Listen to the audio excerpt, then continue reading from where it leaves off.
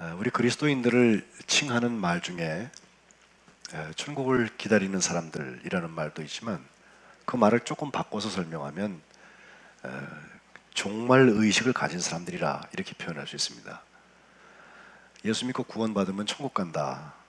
이것은 시간적으로 말해서 우리가 죽거나 우리가 살아있는 동안에 천국에 예수님께서 재림하셔서 천국의 현실을, 이 세상의 역사를 완성하신다는 시제를 말하는 것도 물론 맞지만, 그와 함께 주님과 함께 플러스하기 시작하면 이미 십자가에서 내가 죽고 주님과 함께 부활의 생명을 살고 있기 때문에 이 세상에서 우리의 삶의 끝에 대해서 새로운 자각과 의식이 생겨납니다. 말씀드린 대로 오늘 이제 선친이 하나님의 부르심을 받은 지 꼭 3년 되는 날이라서 아버지를 그리면서 설교 준비했습니다. 40년 가까이 감리교회 목회를 하시고 은퇴하셔서 20년 동안 이 땅에 계시다가 호련히 하나님 나라에 가시게 된 90세 인생을 여러분도 같이 보셨던 그 팜플렛에 제가 아버지와 함께 썼는데 다시 한번 쭉 읽어보면서 1막, 2막 인생에 대한 이야기, 또 그리스도의 군사가 되었다고 하는 것이 무엇이냐, 화려한 서술도 없고 삶의 별다른 전기가 되어서 큰 역사 얘기하는 허구맹랑한 그런 얘기는 아무것도 없는데, 저는 저희 아버지를 그래도 제일 잘 알잖아요. 아들이니까. 하나님께서 저런 아버지를 제게 주신 것을 감사할 수 있었습니다. 이유는 종말의식이 있어요. 그러니 함부로 하지 않습니다. 주님이 나와 함께 플러스 하신다는 것은 마치 수호신을 내가 모시는 것 같아서 내가 어려운 일을 당할 때 하나님 도와주시고, 시험 당할 쯤에 피할 길을 내주시고, 우리가 손만 대면 마이다스의 손처럼 만사 형통하고, 우리는 다 전염병에 걸려도 우리는 걸리지 않고, 이런 역사를 얘기하는 것이 아닙니다. 오히려 예수 믿기 때문에 생겨지는 고난이 우리에게 온다 할지라도 그 고난 한가운데에서도 바깥에는 똑같이 풍랑이 있어서 우리도 두렵지만 그것이 두려움으로 끝나는 것이 아니라 종말의식, 곧 영원한 시간을 살기 시작한 사람들에게는 이것마저도 하나님의 기회가 되는 것입니다. 저는 우연을 믿지 않습니다. 지금 사도 바울이 이제 사도행전 28장 하고 나면 끝나잖아요. 그래서 한국교회에는 사도행전 29장을 씁시다 라고 하는 운동들이 있는데, 28장에서 끝나는 사도 바울의 그 전도 여행과 이제 마지막 로마를 향해서 가고 있는 이 발걸음 마지막 장에 와서 제가 우리 석관제일교회 하나님께서 함께 플러스 하시면서 주시는 말씀 중에 오늘 멜리데의 이야기를 좀 보려고 그래요. 생각해보면 여기까지도 바울이 계획한 대로, 혹은 바울과 함께 타고 있는 276명이 처음에 목적했던 대로 시간을 맞추어서 노동을, 경험을, 물질을, 모든 것을 집약하여서 여기까지 온 것이 아닙니다. 오히려 14일 동안 배가 표류하는 동안에 하나님께서 하나님의 음성을 듣는 법을 가르치셨고, 그 14일 동안은 바다를 항해하기 위해서 배에 필요한 모든 것, 양식을 비롯하여서 심지어는 도구들까지도 다 바다에 버려버리고 풍랑에 표류하다가 이제 시실리 섬 남쪽 96km 지점에 있는 이 한 섬에 육지에 도착을 하게 됐는데, 도착하는 중에 배는 파선이 되었습니다.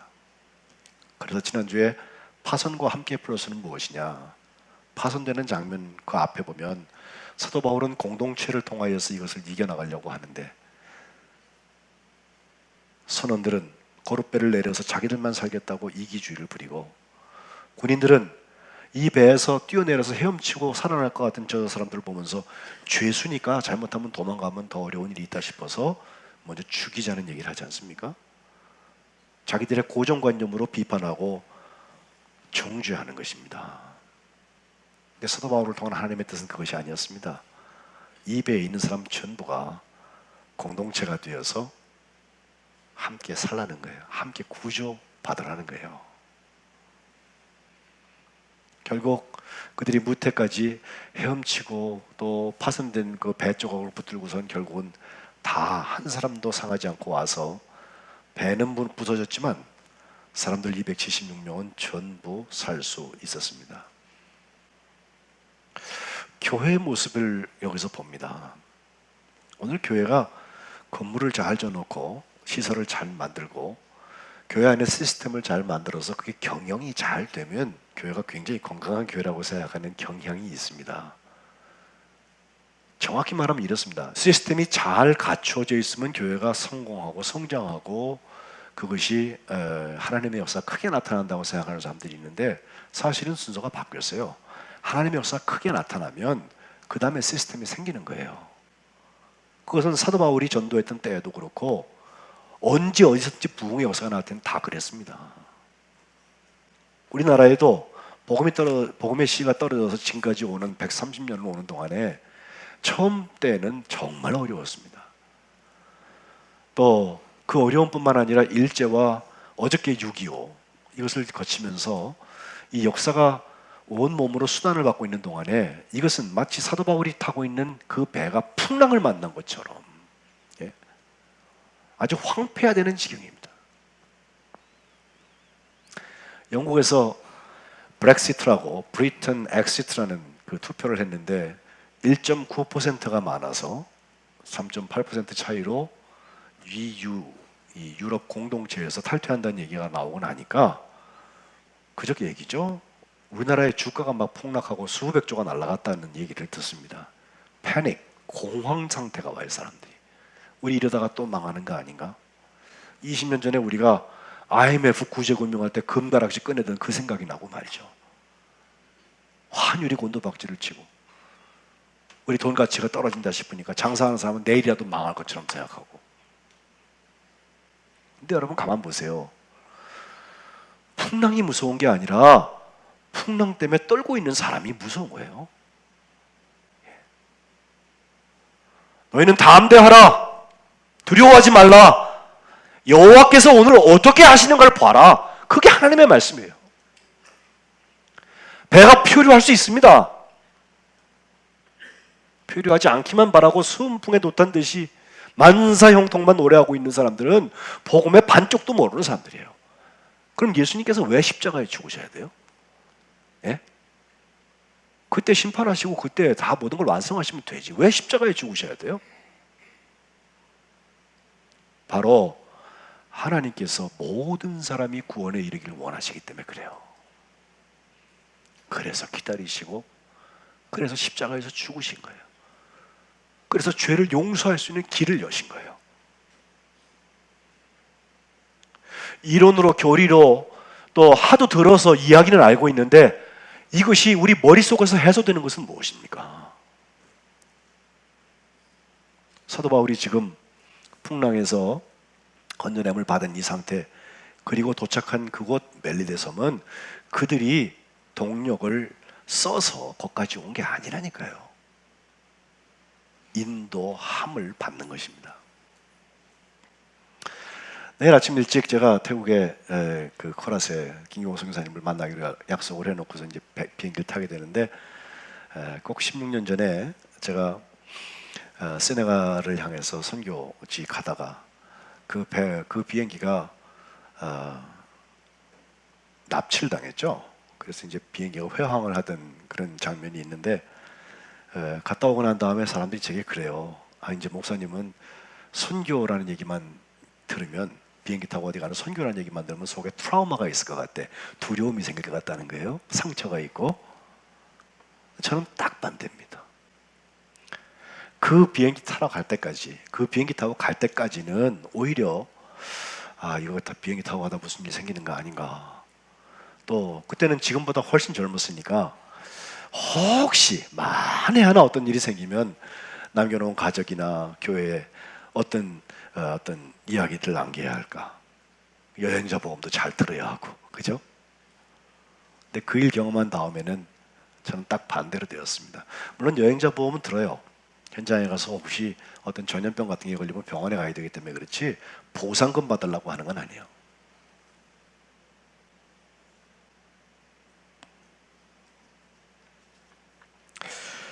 선교 기피증이 생기는 게 아니라 여러분 생각해 보면 그때 비행기가 피납됐을 때 주님이 부르셨으면 그때 간 거예요.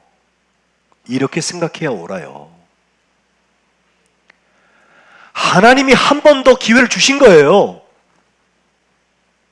그러니 때를 얻든지 못 얻든지 복음을 전하기 위하여서 최전선에 가야 합니다.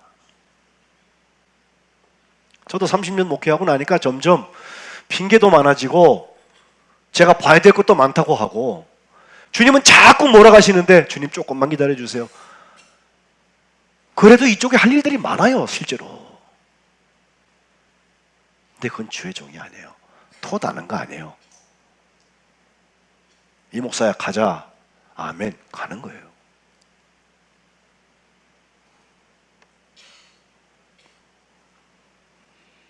풍랑을 만났을 때 오히려 은혜를 우리가 입을 수 있는 것은 우리가 계획하고 추진한 그 삶이 이루어졌기 때문이 아니라 하나님의 인도하심, 곧 구름 기둥과 불 기둥으로 하나님이 가실 때 가고 하나님이 서실 때 서기 때문에 그렇습니다.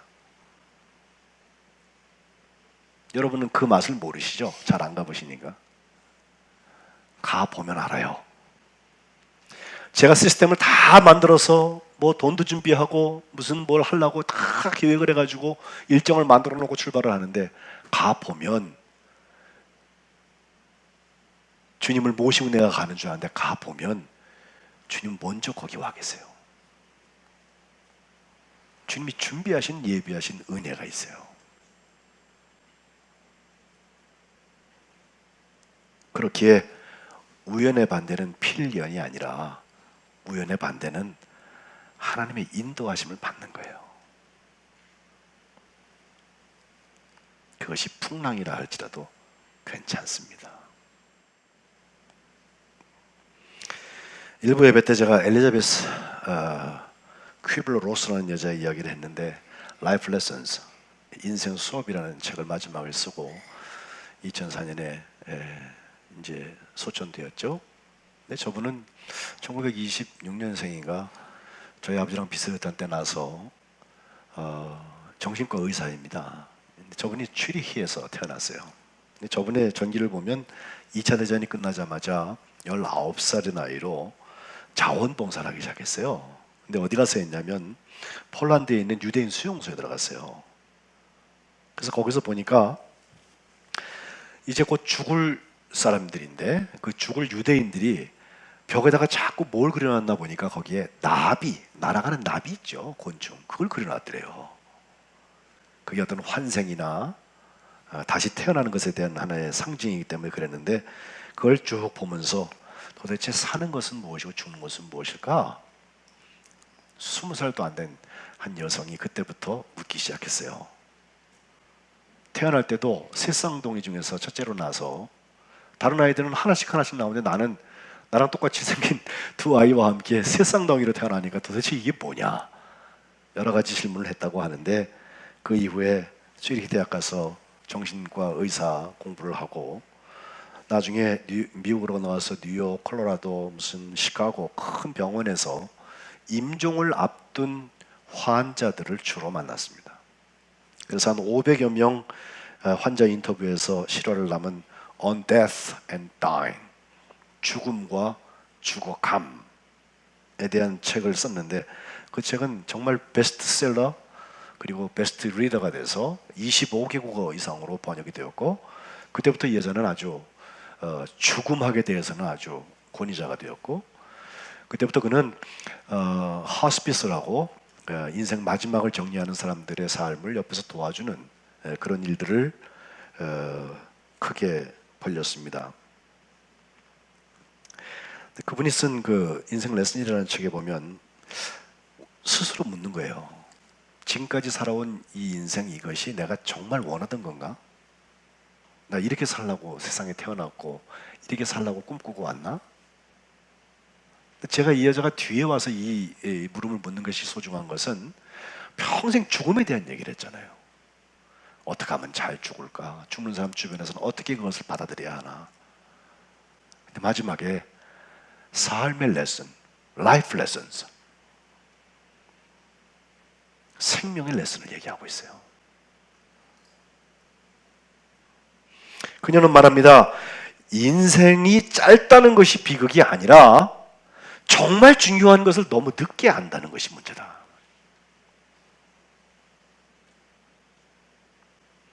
우리가 정말 얼마나 위대한 사람인지, 하나님의 형상이 내게 담겨 있다고 하는 것, 하나님이 지금도 그 사람을 구원하기 위해서 기다리고 계시다고 하는 것이 무엇인지 도대체 개념이 없는 거예요.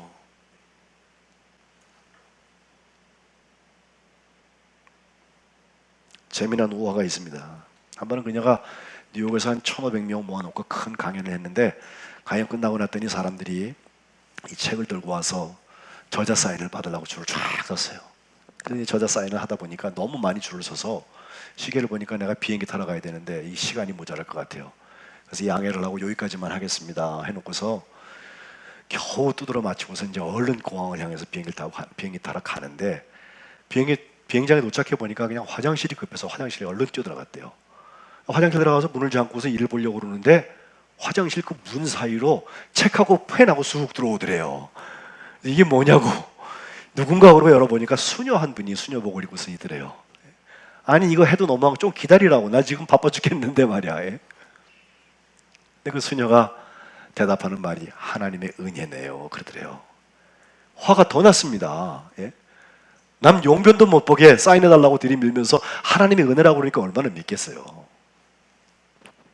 근데 그 수녀가 하는 말입니다.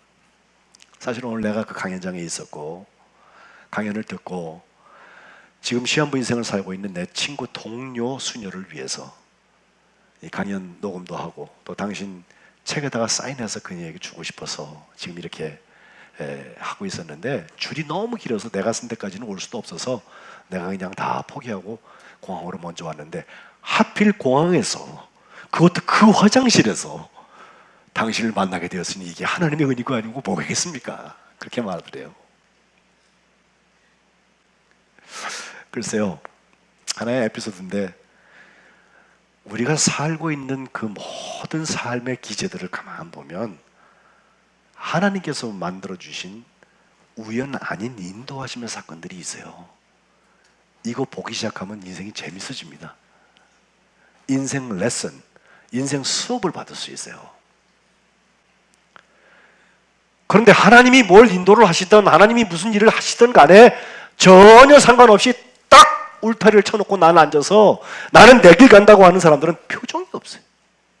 좋아할 줄도 모르고 슬퍼할 줄도 몰라. 하나님께 영광 돌리는 문이 열리지 않습니다.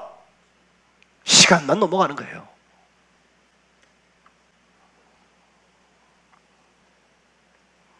멜린의 섬까지 표류해서 온 이 사람들에게 하나님이 준비해 놓으신 사건이 있었습니다. 거기 원주민들이 호의를 베풀었죠. 특별한 동정을 베풀었다고 2절에 말했고, 거기에 바다에서 건져냈으니까 옷이 젖었을 거 아니에요. 그래서 불을 피워가지고 그들을 잘 영접을 했어요.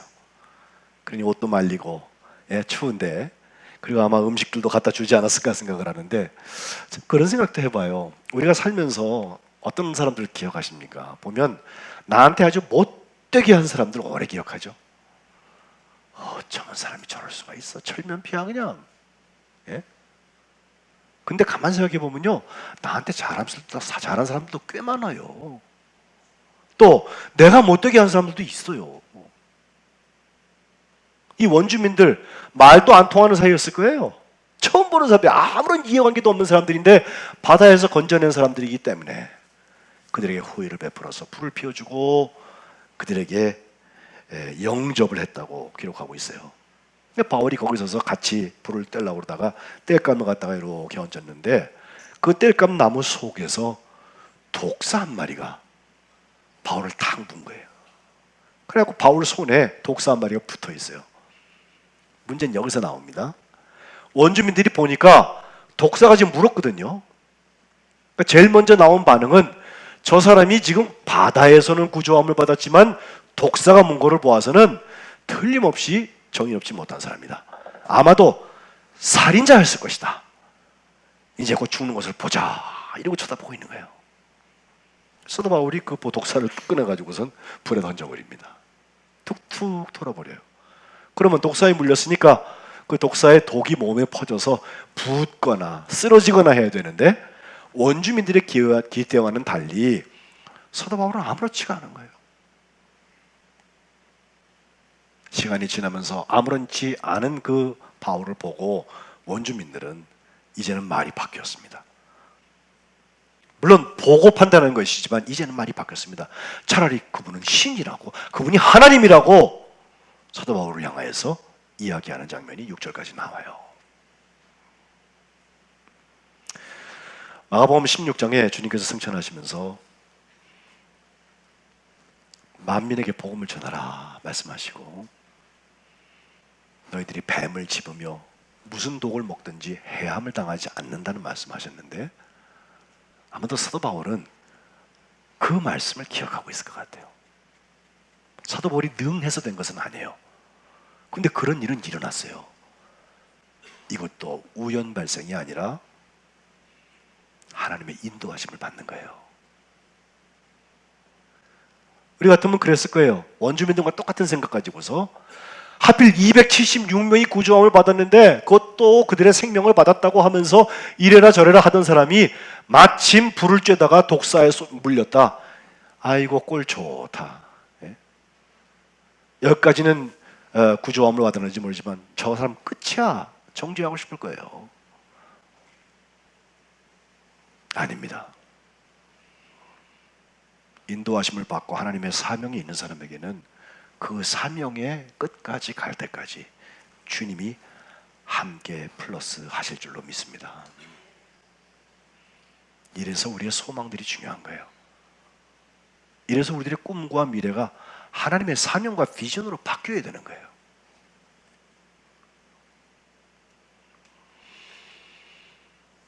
결국 7절부터 보면 그 섬에 버블리오라는 사람이 큰 부자였던 것 같은데 가장 높은 사람이라고 했고, 그 주변에 토지가 있어서 거기 276명 전부를 영접하여서 사흘 동안 그들에게 친절히 거기 머물 수 있도록 호의를 베풀고 잘 섬겼는데, 사도 바울은 8절에 보면 그 버블리오의 아버지, 그분이 열병과 이질이 걸려갖고서 앓고 있는 것을 보면서 거기 누워있는 것을 찾아가서 기도하고 그에게 안수했더니 역시 하나님께서 인도하시고 하나님께서 함께 플러스 하셔서 그도 낫게 하시고, 그 나음을 통하여서 간이 병원이 생겨서 그 원주민들 중에서 아픈 사람들은 다 와서 고침을 받고 주고받는 아름다운 관계들이 형성된 것을 오늘 본문 멜리데 섬에서 이야기하고 있습니다. 어떻습니까? 우리의 삶에 인생 풍파가 없기를 여태까지 기도하셨습니까? 생각을 바꾸세요. 오히려 독사에 물리기를 피하려고 하셨습니까? 진짜 뱀한테 물리라는 얘기는 아니에요, 여러분. 우리 살다 보면 그런 독사들이 있잖아요. 안 만났으면 좋았을 사건들. 예? 그러나 거기도 하나님의 인도하심이라면 반드시 구원의 역사가 있습니다. 요셉이 억울하게 감옥에까지 들어갔지만 거기서 요셉은 이집트의 총리 대신이 되는 문이 열렸습니다.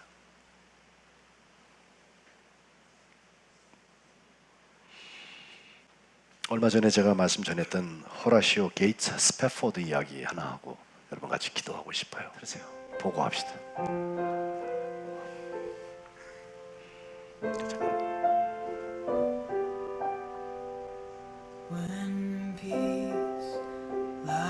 저분입니다.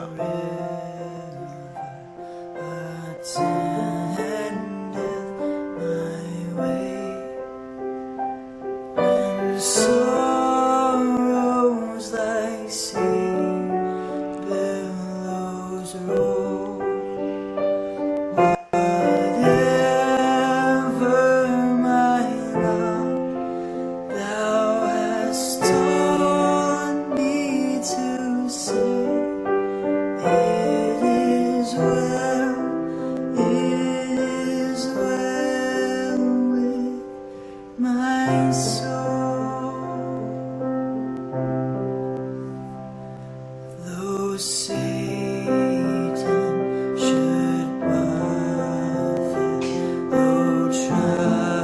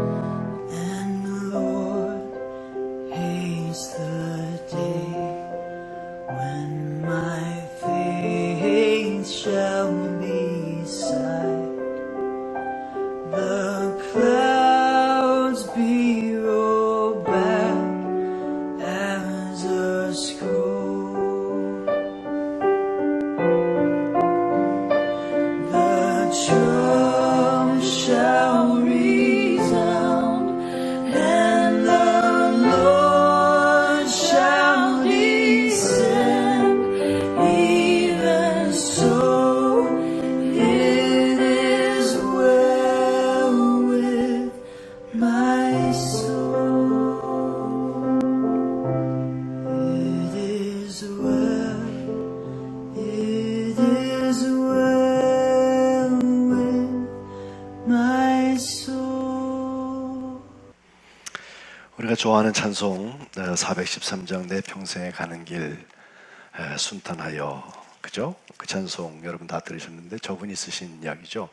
1873년도작 이야기로 우리가 알고 있는데, 여러분 자막을 통해서 보신 것처럼 1871년도에 시카고에 큰 화재가 나서 도시의 많은 부분들이 불탔을 때 하필 스패포드 변호사가 아주 유명 변호사였고 부동산을 많이 사서 신도시 쪽에다 많이 투자를 해놓았는데 그 사람이 경영하던 쪽으로 다 불이 나서 전부가 전소됐습니다. 아주 쫄딱 망한 거죠. 불 한 번 나가지고. 그리고 그 수출일 수 없을 만큼 힘든 그 과정을 2년 동안 잘 겪어서 73년도가 되었을 때는 가족들하고 여행 가자. 근데 그 여행도 괜히 간 게 아니고 그가 열사 아래인 D.L. 무디, 드와이트 L. 무디라는 전도자를 교회에서 잘 섬겼던 일꾼이었어요. 근데 그분이 그해 가을에 거기서 집회를 한다고 하니 우리가 먼저 가서 한번 가서 기도도 하고 그 현장 좀 보자고 영국을 향해서 배를 타려고 하는데 그때 그 아들도 죽었고요. 그리고 딸 넷이 있는데 넷과 함께 배를 타려고 갔는데 갑작스러운 일이 생겨가지고선 그 배를 못 타게 됐어요. 그래서 먼저 가라, 내가 바로 뒷배로 따라간다. 그리고 돌아왔는데 그 배가 가다가 그 대서양에서 침몰되잖아요. 12분 만에 가라앉아 버렸대요. 근데 그의 부인 안나는 그 배에서 살아남아요. 구조됐어요. 구조된 그 안나가 그 전보를 써놓은 얘기가 유명하죠. Saved alone. What shall I do? 나 혼자 구조됐어. 나 이제 어떡해? 어쩌면 좋아. 딸 넷을 다 바다에. 호라시오가 비상 걸렸습니다. 나 바로 그 다음 배를 타고 가는데 바로 사고 난 해역을 지나갈 때 선장실에서 불러요. 올라갔더니 변호사님, 지금 지나가는 곳이 딸 넷이 거기에 수몰되어 있는 곳입니다. 그 얘기를 듣고서 가슴에 격정이 일고 슬프고 말할 수 없는 힘든, 정말 독사 물릴 것 같잖아요. 그거 풍랑 겪고 있잖아요.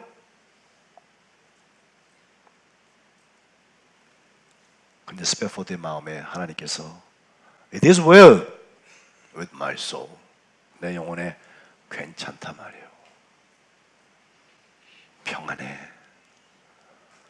그 말씀을 주셔서 거기서 글 쓴 것이 이 찬송이에요.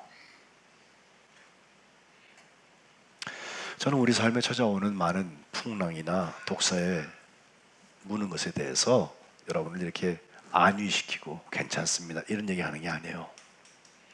호라시오가 그 다음에 한 얘기 마지막에 짧게 나오는데 그걸 보세요. 그 다음부터 아이를 셋을 더 낳습니다. 그 중에 아들이 3살 때 또 죽어요. 교회에서요, 야, 이 사람은 참, 그 무디 그 교회에서 이 사람은 참 어떻게 내 아이는 그저 물에 빠져 죽고 아들 둘은 4살 때 3살 때 죽고 그리고 딸 둘 남았는데 그걸 보고서 정죄했어요. 사람들이 수근수근거리고 교회 섬긴다고 그러더니 꼴 좋다 말이에요. 호라시오는 자기 아내와 2 딸을 데리고 예루살렘을 향해서 갑니다. 거기 가서 고아원을 만들고 음식을 섬기고 병원을 만들고 자기에게 주신 하나님의 재능을 다 바쳐서 헌신하면서 거기 있는 공동체들, 특별히 이슬람, 또 유대인, 또 기독교인들, 그 3 종교가 예루살렘 전부에 섞여 있잖아요. 지금도 거기 시끄럽잖아요. 모든 사람들을 섬겼더니 그분들과 함께 예수님을 나눌 수 있었다는 거예요. 어떤 함께 플러스 하고 계세요? 주님 만나기 전에 끝을 우리가 알고 천국 가겠다 그러면 뭐하고 가실 거예요? 뭐하고? 예?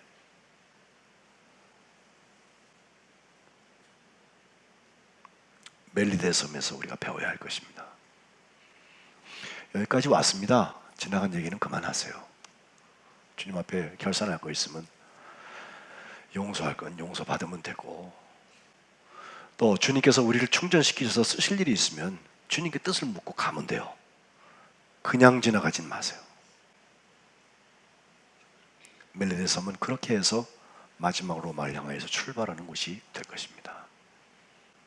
석관제일교회 멜리데 섬에서 있었던 함께 플러스 역사를 통해서 사도 바울이 끝까지 하나님의 쓰임을 받은 것처럼 사도행전 28장 마지막 읽을 때까지 하나님께서 은혜 주시고 함께 플러스의 역사를 감당케 하시기를 주님의 이름으로 축복합니다.